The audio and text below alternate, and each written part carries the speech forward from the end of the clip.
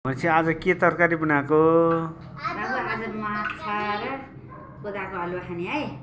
मिठो गरी खानुपर्छ है। निकै भइसक्यो हामीले खानी भन्दा नि खाएको थिएन। आज बहिनीले कोदाको ढिँडो के अरे कोदाको ढिँडो माछा तरकारी। हेर्नुहोस् है, माछा पनि गजबको छ। भाइ पनि हाँसिरहेछ। भाइ त खानी होइन, हाँस्ने मात्रै त हो नि। अचार चाहिँ लाउनु बिर्सेँ क्या हो। अचार छ।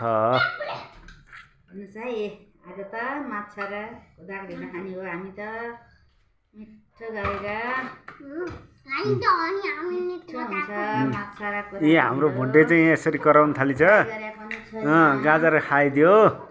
फ्राई गरे माछा पनि छ यहाँ। त्यो चाहिँ फ्राई गरे चाहिँ कसरी खाने फेरि ढिँडो। ल ल कोदाको ढिँडो